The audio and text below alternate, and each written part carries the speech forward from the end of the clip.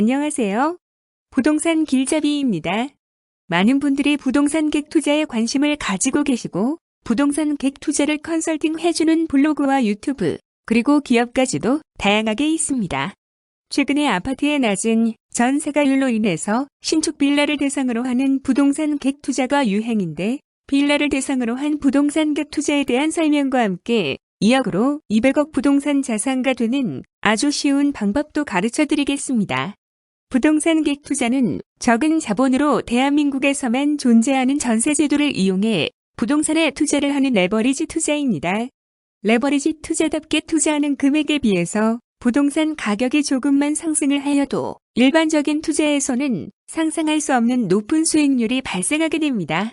현재 시세 2억 원의 빌라를 객 투자를 통해서 1억 8천만 원의 전세 세입자를 구할 경우 실제로 투자한 금액은 2천만 원이 전부입니다. 하지만 부동산 시세가 1천만 원 상승하게 된다면 2천만 원을 투자해서 1천만 원의 시세 차익이 발생하게 되고 수익률은 50%에 이르기 때문에 많은 분들이 혹해서 부동산 객 투자에 관심을 가지고 있는 상황입니다. 2억 원의 자본으로 부동산 객 투자를 현명하게 하시면 200억 부동산 자산가가 되는 것도 크게 어려운 일은 아닙니다. 부동산 객 투자를 하실 때 가장 중요한 점은 부동산 객 투자를 바라보는 시각입니다. 현명한 시각을 가진다면 여러분들도 200억 부동산 자산가가 될 수 있습니다. 블로그나 유튜브를 보시면 2억 원에 구입한 빌라를 2억 2천만 원에 전세를 주었다고 하는 것을 쉽게 찾아볼 수 있습니다. 실제로 많은 사람들이 빌라를 구매하는 것을 꺼려하고 허그의 전세 보증금 반환 보증 보험으로 안정성이 보증되기 때문에 일부 지역에서는 매매 가격과 전세 가격이 비슷한 상황입니다. 이러한 상황을 이용해서 업계약 단속이 힘든 빌라의 특성을 이용한다면 매매 가격보다 전세 가격이 높은 상황도 만들 수 있습니다. 업계약은 실제 매매 가격보다 허위로 높은 가격으로 거래가 이루어진 것으로 신고를 하는 행위입니다.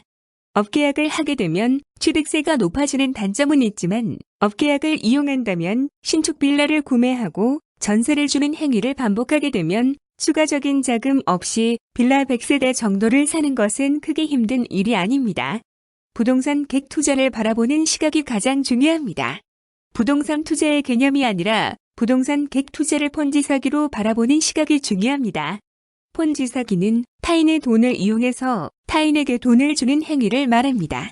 쉽게 설명하면 카드 돌려막기로 보시면 됩니다. 부동산 객 투자의 핵심은 업계약을 통해서 다량의 빌라를 매입해서 어느 정도의 규모를 만드는 것이 핵심입니다. 일정 수준의 빌라를 확보하게 되면 폰지 사기를 할 수 있는 형태가 됩니다. 빌라의 전세로 살아보신 분들은 모두 경험해 보셨을 것입니다. 집주인들이 전세 보증금 반환을 1년 정도 미루는 것은 아주 쉬운 일입니다. 변호사들도 소송보다는 원만하게 합의를 보는 것을 추천할 정도로 대한민국의 법은 허술합니다. 부동산 객 투자의 최대 리스크는 부동산 하락기에 접어들어서 빌라 전세금이 하락하게 되면 추가적인 자금이 필요한 것입니다. 하지만 부동산 객 투자를 부동산 투자의 관점이 아니라 폰지 사기라는 시각으로 접근하게 되면 이러한 문제는 발생하지 않습니다.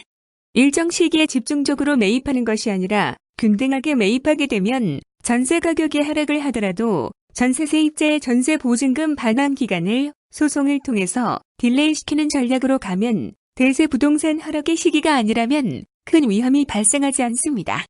100세대 이상의 빌라를 매입한 뒤에 폰지 사기의 형태가 갖추어지면 30% 이상의 세입자가 동시에 나가지 않는 이상 폰지 사기는 무너지지 않습니다. 실제로 이러한 폰지 사기의 견고함을 2008년 미국에서 버나드 메이도프가 증명을 했습니다.